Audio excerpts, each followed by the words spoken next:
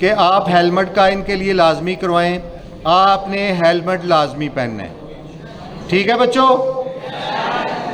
کچھ بچوں نے نہیں سنا. اچھا جی، جن بچوں کے پاس ہیلمٹ نہیں ہے آج آپ نے جانا ہے اپنے والدین سے جا کے کہنا ہے کہ ڈی ایس پی ٹریفک ہمارے پاس آئے تھے, انہوں نے کہا تھا کہ ہیلمٹ لیں.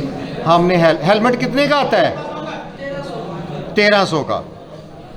اور یقین جانیں آپ روز میرے خیال سے کچھ نہیں نا تو کم از کم 200 300 ضرور جیب خرچ لے کے آتے ہوں گے. ایسے ہی ہے؟ تو کچھ تو میرے پتر وہ بھی ہوں گے نا جو ٹھیک ٹھاک ٹیکہ لگاتے ہوں گے امی ابو کو. اچھا جی, ایک لاسٹ کویشچن. کون کون بچہ 5 گھنٹے موبائل یوز کرتا ہے؟ ہاتھ کھڑا کریں. گڈ گڈ گڈ, شاباش شاباش. نیچے کر لیں, ہاتھ نیچے کر لیں. اچھا جی, اب وہ بچے ہاتھ کھڑا کریں جو 3 یا 3 سے زیادہ گھنٹے یوز کرتے ہیں موبائل. ویل ڈن, شاباش. نیچے کر لیں. اچھا جی, اب وہ بچے کون سے ہیں جو صرف 1 گھنٹہ یوز کرتے ہیں؟ وہ ہاتھ کھڑا کریں. گڈ. اچھا, اب لاسٹ پہ وہ کون سے بچے ہیں جو بالکل فون یوز نہیں کرتے؟ یہ جو بچے ہیں نا جو فون یوز نہیں کرتے, ان کے لیے کلیپنگ ہو جائے.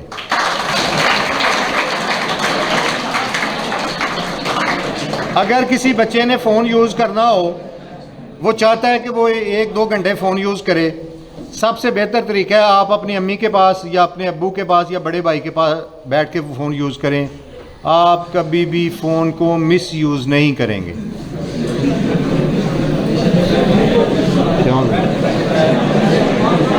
ہاں جی, یہ مشکل ہے نا.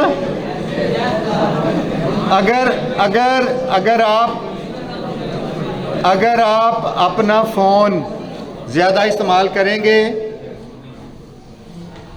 انہیلدی ایکٹیویٹیز میں جائیں گے, آپ اپنا مستقبل تاریخ کرتے ہیں. جو چاہتا ہے وہ پاکستان کا ایک اچھا شہری بنے, جو چاہتا ہے پاکستان کا اس کی وجہ سے نام روشن ہو, وہ یہ جو گندی حرکتیں ہیں نا ہماری, اس سے پیچھے ہٹ جائے. اس کی وجہ یہ ہے جب ہم گندگی سے دور ہوتے ہیں تو پھر ہم صفائی کی طرف بڑھتے جاتے ہیں. اور آپ کو پتہ ہے نا, صفائی جسم کی بھی ہوتی ہے, صفائی روح کی بھی ہوتی ہے. اور صفائی کو کیا کہتے ہیں؟ لہٰذا اپنے موبائلوں کو بھی صاف کریں.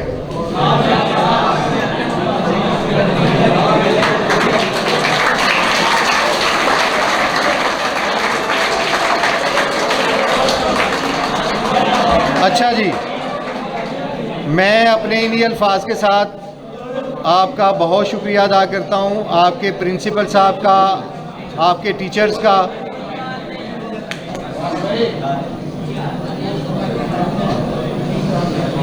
وہ کیا کہتے ہیں, باادب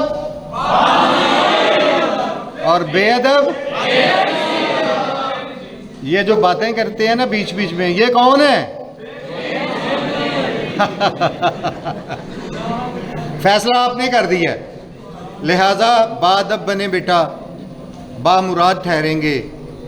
بے ادب بنیں گے تو بے مراد ٹھہریں گے. ادب ماں باپ کا بھی ہوتا ہے, ادب ٹیچرز کا بھی ہوتا ہے, اور ادب بڑے بھائیوں کا بھی ہوتا ہے.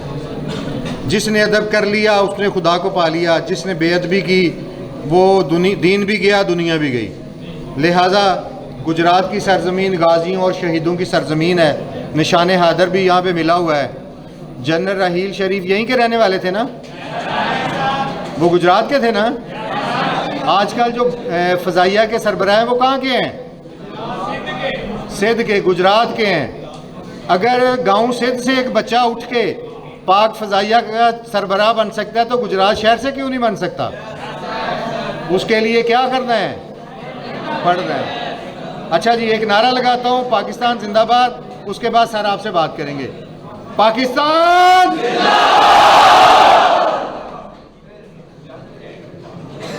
بہت شکریہ رضا صاحب.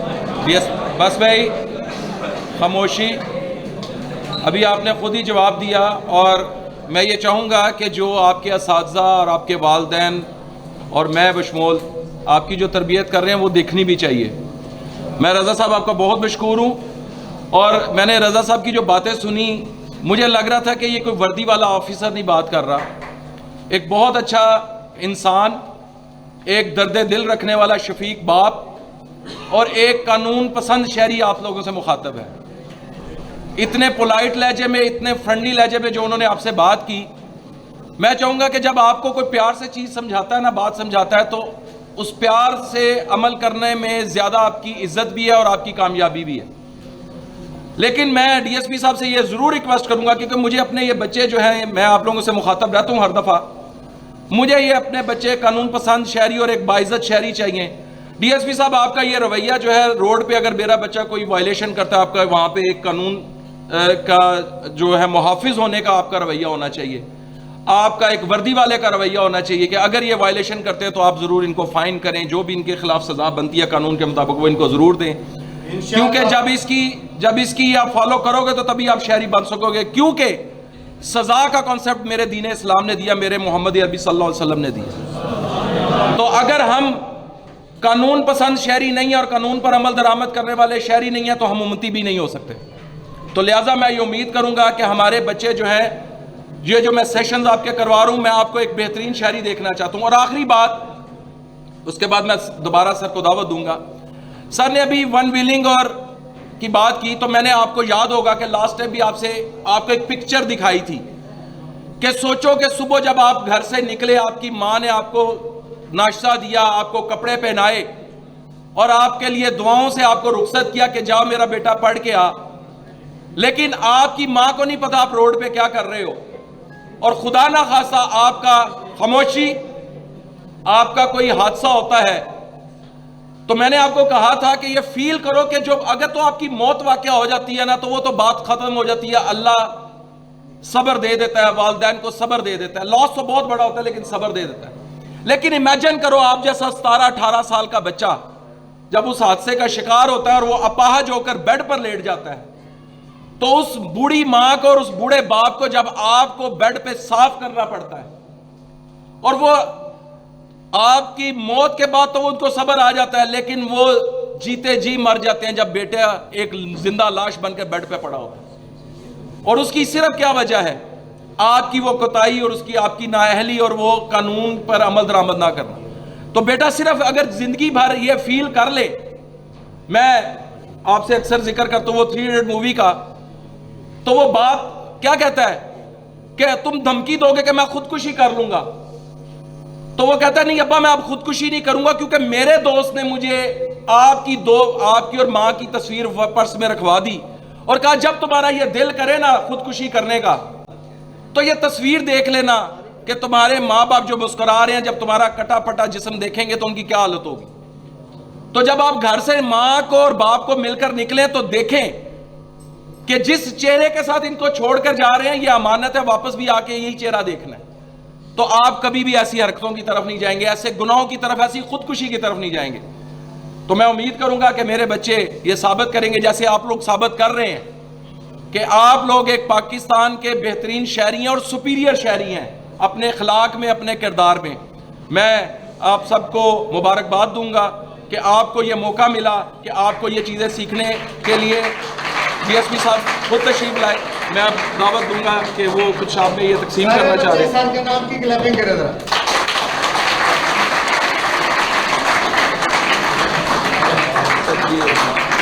اچھا جی بچوں بات سنیں, میں گجرانوالہ میں تھا, تھانہ خیالی میرا سرکل تھا. پولوشن کی وجہ سے مجھے سردیوں میں بھی کھانسی شروع ہوگی. آپ بچے کالج آتے ہیں, آپ ماسک ضرور پہنا کریں بیٹا. زندگی میں جان سے زیادہ کوئی چیز قیمتی نہیں. میں نے وہ بچے بھی